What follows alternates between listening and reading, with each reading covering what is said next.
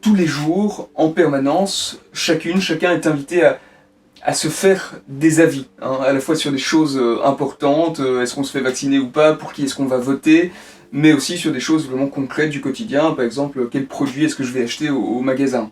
Euh, et donc c'est une question centrale, et en même temps c'est une question qu'on se pose peu, on fait en permanence des avis, mais c'est rare qu'on se dise, mais tiens, au fond, comment est-ce que moi je me fais un avis et donc il y a un double intérêt, à la fois nos avis disent quelque chose de qui nous sommes, et en même temps, on s'interroge assez peu sur la manière dont on les élabore.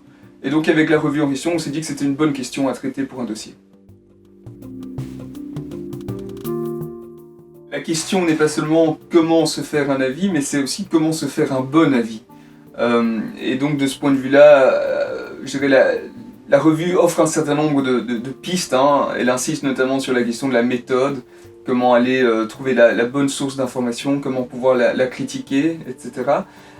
Également la finalité, quel est mon objectif? Est-ce que mon objectif c'est absolument d'avoir raison, c'est absolument d'avoir le meilleur avis, c'est de croire que seul mon avis sera le bon? Ou est-ce qu'on est conscient qu'un avis, une opinion, un regard, une certaine quête de la vérité, quelque chose qui se co-construit? C'est aussi là quelque chose sur lequel on met l'accent. Et puis, autre élément, il ne s'agit pas seulement de se faire un avis, c'est aussi se demander sur quoi est-ce qu'on doit avoir un avis.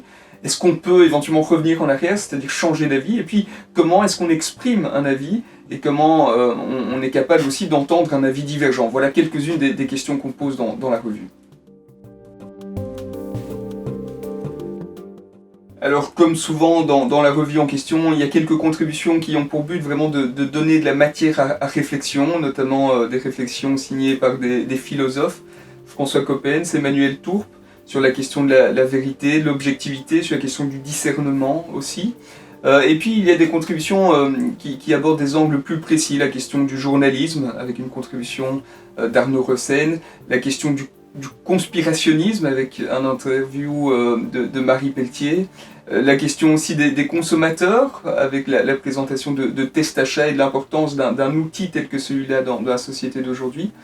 Et puis on a également un focus particulier sur le monde des jeunes, parce qu'on a l'impression que apprendre à se faire un avis, apprendre à exprimer une opinion est là quelque chose de fondamental et qui doit s'apprendre dès le plus jeune âge. Et donc de spécialistes du monde de l'enseignement qui apportent également leur éclairage sur cette question.